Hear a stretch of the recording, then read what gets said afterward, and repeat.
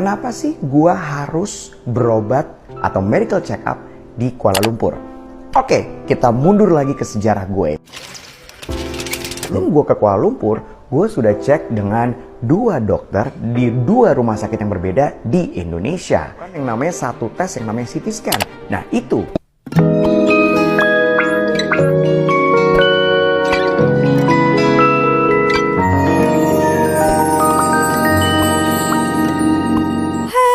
Halo, hai semuanya, apa kabar kalian? Jumpa lagi di channel Misari. Semoga kalian yang menonton video ini tetap dalam keadaan baik-baik saja, tetap semangat dan selalu berpikiran positif tentunya.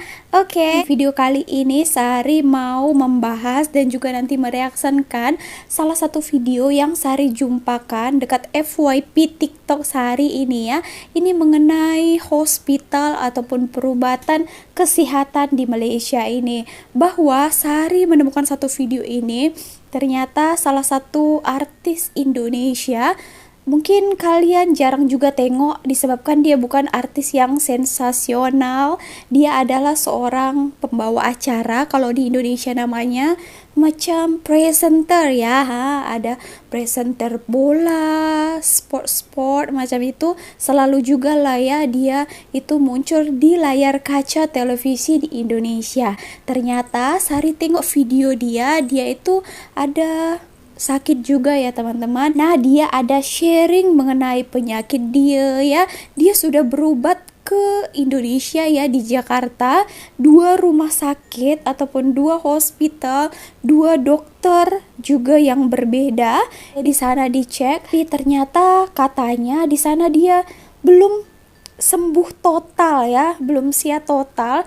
Ternyata dia memilih lagi terbang daripada Jakarta Indonesia ke Kuala Lumpur untuk melakukan perobatan lagi ya dengan jantung ya, sakit jantung ya teman-teman. Tapi bagaimana ceritanya, kita dengar dulu penjelasan daripada Kemal ini ya. Nanti kita akan bahas ya teman-teman. Jom kita dengarkan daripada beliau langsung. Oke, sekarang gue pengen ngejelasin ya, ngejawab pertanyaan-pertanyaan yang masuk dari DM Instagram ataupun TikTok di komen-komen. Pertanyaannya adalah, kenapa sih gua harus berobat atau medical check up di Kuala Lumpur? Oke, kita mundur lagi ke sejarah gue. Jadi gini guys, jadi dari keluarga bokap gue, kakek gue, adeknya kakek gue, kemudian om gue ada masalah sama jantung. Intinya gini, masalah jantung it runs in my dad's family. Dan umur-umurnya, wow, ini bokap gue itu meninggal di umur 49. Sudah meninggal ya. Dan setahu gue, kakek gue yang gue belum pernah ketemu itu juga meninggal muda di kepala 51 atau 52. Oh, masih muda lagi. Om gue juga, kemudian adik dari kakek gue juga seperti itu. So, gue bertanya dong, kenapa ya? Kok dari keluarga bokap semuanya kena serangan jantung di umurnya yang bisa dibilang masih muda, relatif masih muda. Nah akhirnya gini guys, sebelum gue ke Kuala Lumpur, gue sudah cek dengan 2 dokter di 2 rumah sakit yang berbeda di Indonesia. Dan gue sudah menjalani tes A, tes B, tes C, dan bisa dibilang tes yang gue lakuin di Indonesia pada saat itu adalah tes yang sama gue lakuin di Kuala Lumpur. Oke? Dan di dokter Indonesia, dokter A dan dokter B di rumah sakit A dan B, gue menjelaskan bahwa bokap gue ini dan kakek gue ini ada masalah sama jantungnya, dan mereka tuh sakit jantung, kena serangan jantung dan langsung meninggal itu nggak ada tandanya. Penyebutannya adalah silent killer heart attack. Ya, oke. Ya udah, ketika gue ngejalanin tes A dan B di rumah sakit di Indonesia A dan B, sudah, it was good, the result is good, ya. Gak ada masalah sama jantung gue. Gue ngelakuin, lu sebutin deh apa yang treadmill, EKG, sonar, gue lakuin semuanya. Alright. Nah, jadi gue ngerasa bahwa oke, kayaknya nggak apa-apa badan gue, tapi di hati gue masih tetap ngeganjel. Kok nggak apa-apa ya? Kenapa ngeganjel? Karena bokap gue juga pada saat dia masih hidup, dia rutin yang namanya check up dan hasilnya bagus-bagus aja.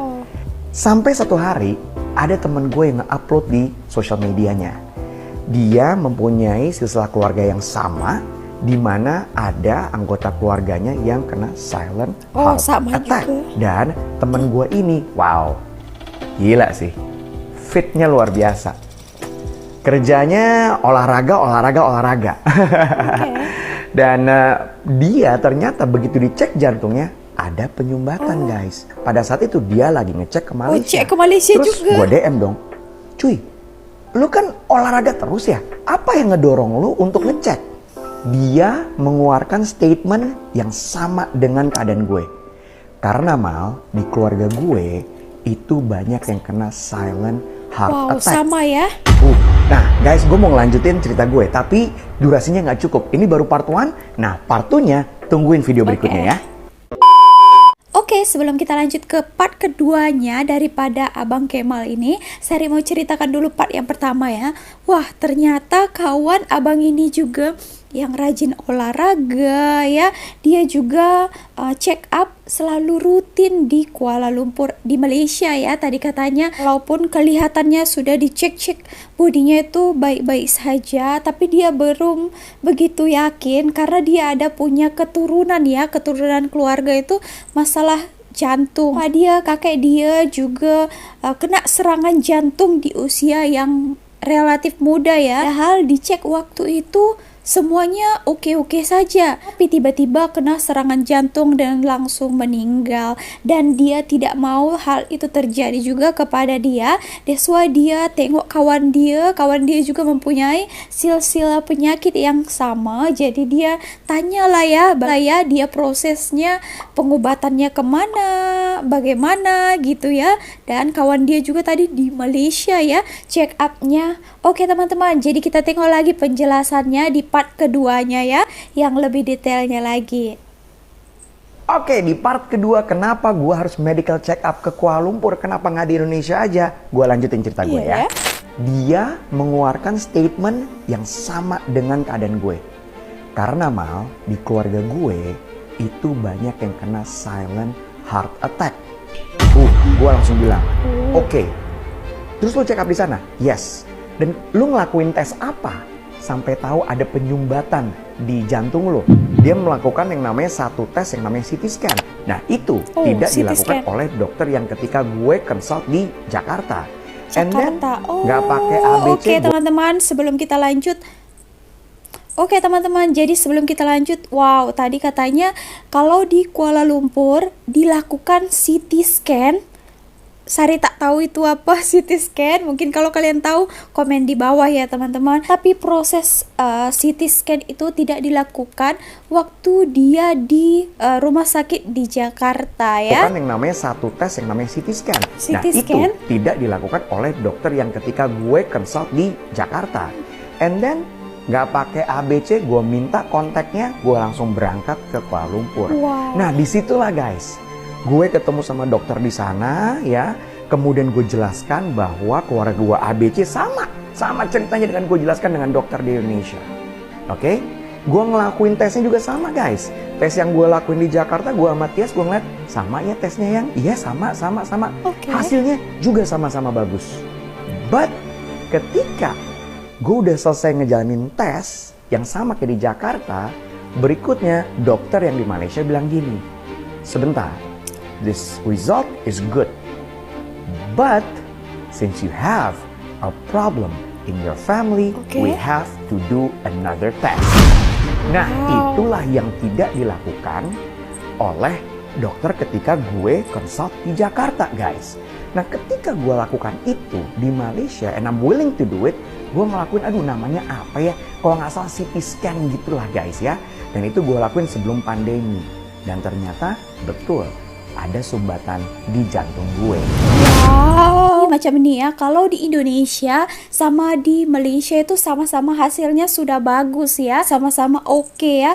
Tapi dokter di Malaysia mengatakan tunggu dulu, dia macam ada sedikit keraguan mungkin ya, walaupun hasilnya itu katanya all is good, tapi karena dia mempunyai riwayat sakit di keluarganya ya. Tadi katanya bapaknya, kakeknya juga itu meninggal akibat serangan jantung. Jadi dokter yang di Malaysia ini macam agak sedikit ada keraguannya. Dia mau mentes lagi ataupun tadi katanya CT scan. Tapi hal itu tidak dilakukan dokter yang ada di Jakarta waktu dia itu check up ya. Ternyata sudah dilakukan CT scan itu, ternyata dijumpai lagi dia sakitnya, yaitu penyumbatan di jantungnya. Nasib baik ya, jadi boleh diobati dengan segera ya, jangan terjadi serupa macam bapak dia ataupun kakeknya ya. Kelihatannya di depannya sudah bagus, tapi tiba-tiba terkena serangan jantung. Oke, kita dengarkan lagi ya teman-teman. Jadi kalau misalnya banyak yang berpendapat, banyak yang komen, yang nge-DM bahwa oh dokter Jakarta bagus-bagus, kenapa lu nggak ke Jakarta aja? Pemerintah lagi campaign, kalau misalnya mau check up di Indonesia aja, berobat di Indonesia. Betul.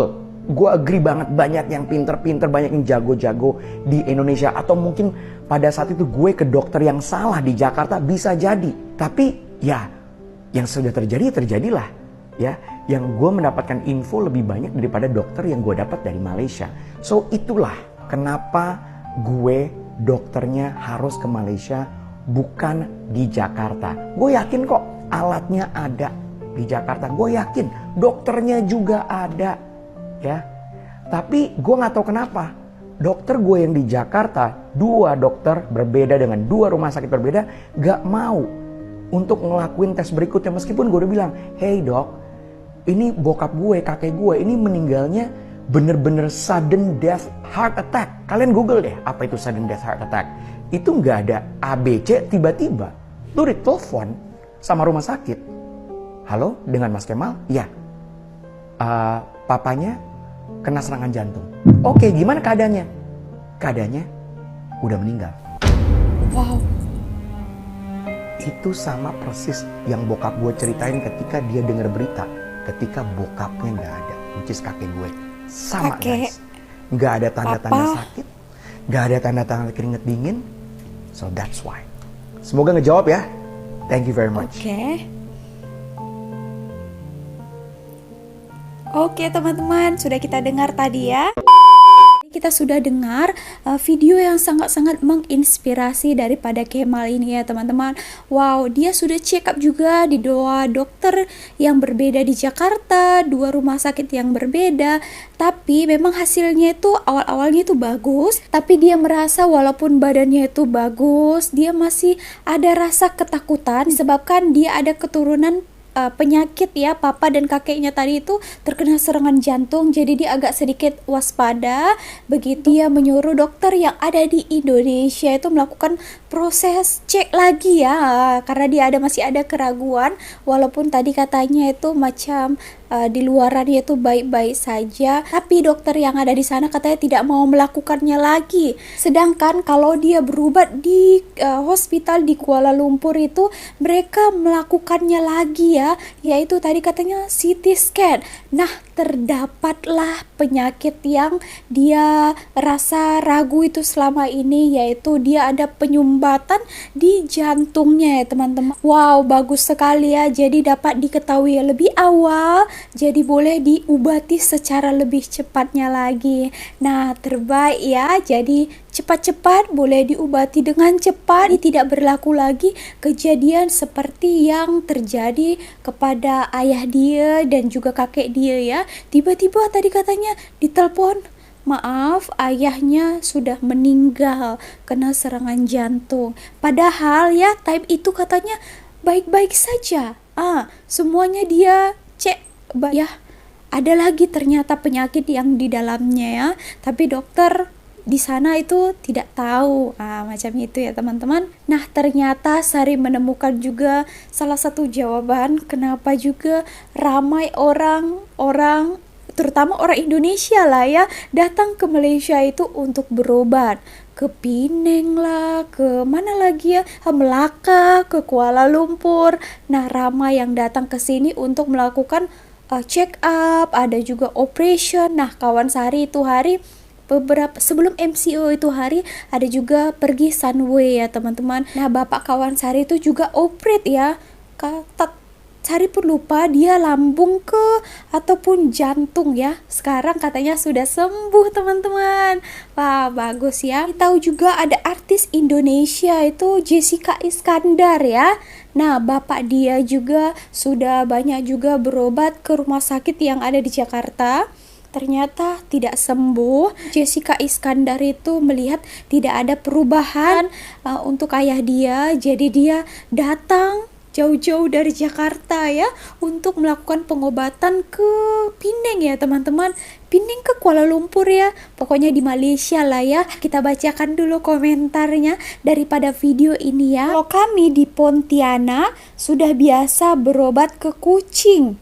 Oke, Malaysia lewat jalan darat, tes darah dan lain-lain lebih murah. Di Malaysia sejarah kesehatan keluarga amat diambil belat oleh dokter. Ia bertahun-tahun sakit perut di Medan tak sembuh.